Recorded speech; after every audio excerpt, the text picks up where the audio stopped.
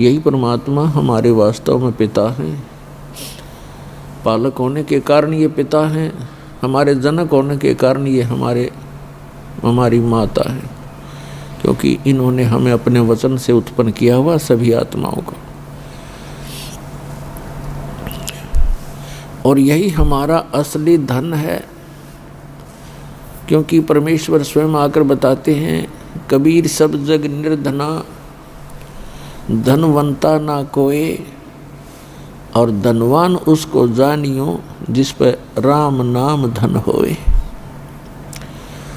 फिर परमात्मा बताते हैं, राम रटत कोड़ी ही भलो, राम रटत कोड़ी भलो, चू चू पड़े जो चामे, वो सुंदर शरीर किस काम का, जा मुख नाही नाम। कबीर राम रटत दारिद्र भलो, टूटी घर की छान, वो सुंदर महल किस काम के, जहाँ भक्ति नहीं भगवान। राम रटत कन्या भली, साकेट बलो न पूत, जैसे छेरी के गल में गलथना, जिसमें दूध न मूत। कबीर जिव्या तो वाये भली, जो रटे हरि नाम, नहीं तो काट के फेंक दियो, ये मुख में भलो ना चाम। परमपिता परमात्मा कबीर देव, कबीर साहिब, अल्लाहु अकबर, ये हमारे सभी आत्माओं के जनक हैं, ये सब के पिता हैं। और यही वो रहमत वाले अल्लाह हैं, ये वही कृपा के सागर हैं, जो अपनी आत्माओं को, जो इनकी शरण में आकर के सत भक्ति करते हैं, उनको सर्व सुख प्रदान करते हैं। और जो भक्ति नहीं करते या करते हैं तो शास्त्र विधि त्याग कर मनमाना आचरण करते हैं, या वे इनकम्प्लीट गॉड की, अधूरे भगवानों की भक्ति करते हैं, तो वो प्राणी मोक्ष प्राप्ति नहीं कर सकते।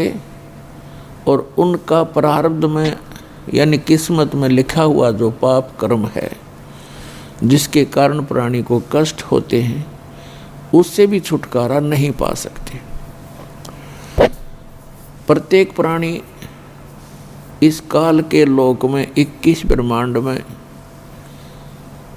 आप पृथ्वी लोक पर रह रहे हो, ये भी काल के लोक के अंतर्गत आता है। कोई भी सुखी नहीं है। परमात्मा ने बताया कि आप झूठे सुख को सुख कहते हो। आप किस बात को सुख मान बैठे हो? पैसा हो, बढ़िया कोठी हो, कार हो, संतान हो, बस आप इसको मौज मानते हो, इसको आप सुख मानते हो। लेकिन आप भूल जाते हो बगैर तत्व ज्ञान के कि जिनके ये सर्व सुख थे, उनका किसी का पुत्र मर गया, किसी की पुत्री विधवा हो गई, किसी की पुत्री मृत्यु हो गई, और कईयों के तो परिवार दुर्घटना में नष्ट हो जाते हैं। तो फिर कहाँ गई वो मौज? उसमें ध्यान नहीं आता हमारे को कि ये कैसे बिजली गिर रही है, क्यों तो हम मर रहे हैं, क्यों जन्म रहे हैं, इसके पीछे कारण क्या है? तो ये परमात्मा ने आके बताया, जो हमारे पिता हैं, और हम गलती से यहाँ आ गए थे इस काल के साथ मेला देखने, और इस मेले में हम भी चल गए, अपने परमात्मा से भी छुट गए। अब वो परमात्मा यहाँ आता है हमें समझाने के लिए कि जिस स्थान पर आप रह रहे हो ये स्थायी स्थान नहीं है, ये तो एक मेला है। कोई 10 वर्ष रह सकता है, कोई 20 वर्ष, कोई 50 वर्ष, कोई 60 और 100 वर्ष, उसके बाद सभी ने यहाँ से जाना पड़ेगा। और यहाँ आप एक दूसरे से अस्थायी तौर पर जुड़े हुए हो, जैसे मेले में मित्र बन जाते हैं। आपका परिवार इतना ही समझो। तो वो आकर जब हमें बताना चाहते हैं तो हम यहाँ इस काल के जाल में फंस चुके होते हैं। और ये काल एक विलियन है, खलनायक है। इसकी चेष्टा रहती है कि यहाँ मेरे जाल में फंसे हुए सभी आत्माओं को इतना भ्रमित कर दूं कि ये अपने पिता को पहचान भी ना सके। और इसने ऐसा ही कर रखा है। जब वो परमात्मा यहाँ आते हैं स्वयं, तो उस समय हम उसको पहचान नहीं पाते और झूठे ज्ञान के आधार से, भ्रमित ज्ञान के आधार से हम अपने ही पिता का विरोध करके इस काल कसाई के जाल में फंसे ही रह जाते हैं। वो परमात्मा स्वयं आते हैं और अपना ज्ञान कराने की चेष्टा भी कराते हैं और हमें ये भी बताना चाहते हैं कि तुम यहाँ के वासी नहीं हो और ये तुम्हारा सही ठिकाना नहीं है। क्या बताते हैं कि पहले गए, जो पहले मृत्यु को प्राप्त हो चुके हैं, उन्होंने तो कभी किसी को आकर बताया नहीं हम कहाँ गए। और शेष जो बचे हैं ये भी ऐसे ही चले जाएंगे। और जो भक्ति साधना, जो क्रियाएं आप आजीवन करते हो, ये इस काल के जाल में फंसे रहने की सुव्यवस्था है। उसके लिए सत भक्ति करनी पड़ती है, उस साहेब की भक्ति करनी पड़ती है, समर्थ भगवान की, कंप्लीट गॉड की। और वो भक्ति केवल वो स्वयं ही आकर बताते हैं। जब वो बताने आते हैं तब तक हम इन नकली गुरुओं, आचार्यों, शंकराचार्यों, काजी और मुल्लाओं और इन पीरों के द्वारा इतने भ्रमित कर दिए जाते हैं कि हम परमात्मा के उस ज्ञान को स्वीकार नहीं कर सकते, नहीं कर पाते। पुण्यात्माओं, इसके पीछे क्या कारण रहा कि हम सभी अशिक्षित थे और प्रत्येक धर्म के धर्मगुरु कुछ एक व्यक्ति होते थे जिनको हम ये मानते थे कि ये सभी सदग्रंथों से, अपने अपने धर्म के सदग्रंथों से पूर्ण परिचित हैं, विद्वान पुरुष हैं, जिस कारण से हमने उनके किसी भी बात पर डाउट नहीं हुआ, अविश्वास नहीं हुआ। और अभी तक हम उनके द्वारा दिए गए लोकवेद, दंत कथा को आधार मानकर अपना जीवन जी रहे थे। परमात्मा को पता था कि ये तब तक मुझे नहीं पहचान पाओगे जब तक ये स्वयं शिक्षित ना होंगे। तो पुण्यात्माओं, चौथा युग आ गया है। जनता कभी शिक्षित नहीं थी, क्योंकि ये शिक्षा एक अभिशाप है इस जीव के लिए और वरदान भी है। अभिशाप तो इसलिए है कि इसमें हम ज़्यादा चतुर बन गए और संसारिक सुख सुविधाओं को प्राप्त करने की दौड़ हमने बहुत स्पीड तो लगा रखी है। एडी से चोटी का जोर केवल माए इकट्ठीकरण में लग गए, अभिमानी हो गए। छोटी सी पोस्ट मिल जाती है, हवा में उड़ जाता, सीधे मुँह बात नहीं करता वो व्यक्ति। और पहले अपने बुजुर्ग थे, आए का आदर करते थे, प्यार से बोलते थे, विनम्र रहते थे। तो विनम्र व्यक्ति के साथ भगवान रहता है। जिसमें जरा सा भी अभिमान आ जाता है उससे भगवान दूर हो जाता है। केवल वो अपना फिर कर्म ही प्राप्त करता है पूर्व जन्म का, उसको अन्य कोई लाभ नहीं मिल सकता। तो अब परमात्मा ने आप जी को शिक्षित बनाया है। अब ये शिक्षा आपके लिए वरदान सिद्ध होगी कि आप परमात्मा को पहचान सकोगे, अपने सदग्रंथों को स्वयं पढ़ सकते हो, निर्णय ले सकते हो। और इस मनुष्य जीवन का मूल उद्देश्य है केवल परमात्मा प्राप्ति, भक्ति करके सतलोक जाने के लिए ही ये मनुष्य जीवन प्राप्त होता है। जो क्रियाएं हम करते थे, संतानोत्पत्ति,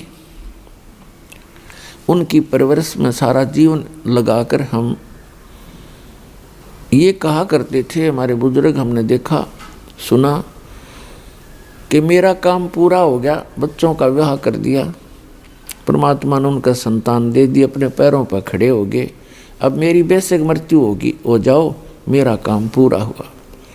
अब इस तत्व ज्ञान से, अध्यात्म ज्ञान से पता चला कि मनुष्य वाला काम तो शुरू भी ना किया उसने, ये कर्म तो पशु पक्षियों जैसे ही किए आज तक जो आपने किए।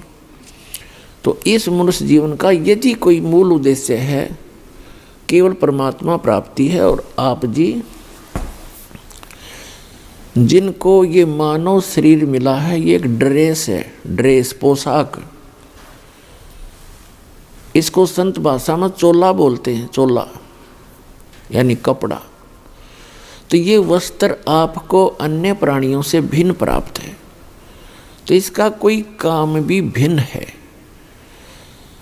और उस काम के बिना इस मनुष्य जीवन का कोई यूज नहीं। चाहे कितने कोठी बना लो, फैक्ट्री लगा लो, या चाहे कितनी कार खरीद लो, एक सेकंड में मृत्यु हो जाती है, सब कुछ धरा धराया रह जाता है, और हाथ मसलता हुआ हारे हुए ज्वारी की तरह यह प्राणी यहाँ से शरीर छोड़कर चला जाता है। जो भक्ति नहीं करता और भक्ति कर रहा है नकली गुरुओं के पास, वो भी हारे हुए ज्वारी की तरह ही जाएगा। तो पुण्यात्माओं, आप जी को ये ड्रेस अलग मिली है, इसका काम भी भिन्न है। जैसे बच्चे विद्यालय में जाते हैं, विद्यार्थी की ड्रेस, उनकी पोशाक भिन्न होती है, और अन्य जो मजदूरी करते हैं या खेतों में काम करते हैं या कोई अपनी अन्य दुकान आदि कार्य करते हैं, मजदूरी करते हैं, तो उनकी ड्रेस पोशाक भिन्न होती है। और जिनको ड्रेस में पहन कर जाते हैं, जो विद्यार्थी हैं, उनको फ्री कर दिया जाता है परिवार की तरफ से कि बेटा और बेटी तुम अपनी शिक्षा ग्रहण करो, अपना भविष्य बनाओ। और यदि वो बच्चे उस शिक्षा काल में, विद्यार्थी जीवन में अपना उद्देश्य को ध्यान में ना रखकर, पढ़ाई ना करके कोई सिनेमा देखता है, कोई ताश खेलता है, या कोई ऐसे ही गप्पे मारता रहता है, तो उनको फिर बाद में बहुत पछताना पड़ता है जब वो उनका विद्यार्थी जीवन समाप्त हो जाता है। एक समय एक व्यक्ति सड़क के ऊपर, रोड के ऊपर वहाँ मिट्टी डाल रहा था, मजदूरी कर रहा था। वहीं पर उसी रोड का इंचार्ज एक एक्सियन आया, एग्जीक्यूटिव इंजीनियर, और वो जब आकर इंस्पेक्शन करके चला गया, तब वो टोकरी डाल रहा व्यक्ति, वो मजदूर कहता है कि ये एक्सियन, इसका ये नाम है, ये मेरा सहपाठी था, मेरा क्लास फेलो था, मेरे कर्म फूट गए, मैं पढ़ा को नहीं, बकवाद करता रहा, सिनेमा देखता रहा। हम इकट्ठे ही इंजीनियरिंग कर रहे थे, +2 करके, 12वीं करके, और मैं पढ़ा नहीं। आज ये एक्शन लग के कारों में घूम रहा है और मैं मजदूरी कर रहा हूँ। तो परमात्मा कहते हैं, आप यूँ पछताओगे जिनको मानव शरीर प्राप्त है। ये विद्यार्थी हो तुम, और जो बच्चे इधर ध्यान देंगे, अपना इस मूल उद्देश्य को पूरा कर लेंगे, सत्य भक्ति, पूर्ण संत की खोज करके, सत्य भक्ति करके, ये तो चले जाएंगे सतलोक में, जहाँ कोई सुख, कोई दुख नहीं, सुख ही सुख है। और फिर कभी मृत्यु नहीं होगी, कभी वृद्ध अवस्था आपको नहीं सतावेगी। वहाँ वो सृष्टि है रहने की। ये तो सजा प्राप्त प्राणी यहाँ पर डाल दिए गए हैं, जिन्होंने वहाँ गलती की थी एक बार। तो जो यहाँ से सत भक्ति करके चले जाएंगे, तो वो तो सुख पाएंगे उसे, जो पढ़कर एक्शन लग गया।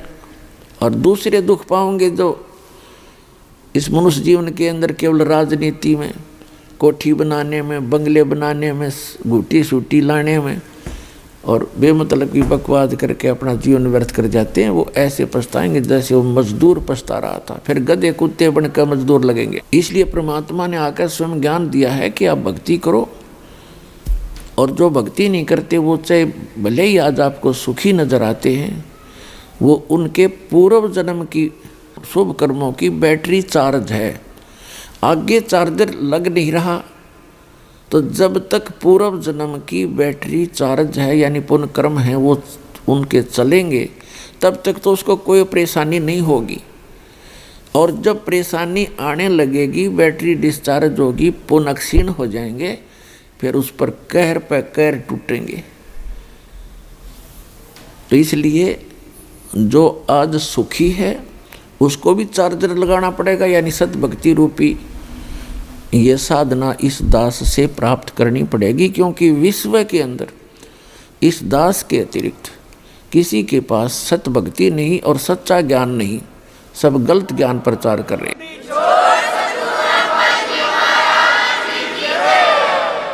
और इसके अंदर कोई मान बढ़ाई नहीं करनी चाहिए, क्योंकि हम कई प्रकार से भ्रमित हो गए। जैसे किसी व्यक्ति ने किसी भयंकर रोग की दवाई खोज ली तो उसके पास दवाई लेनी चाहिए, चाहे राष्ट्रपति का रोग हो उसने भी जाना चाहिए, इसमें क्या दिक्कत है।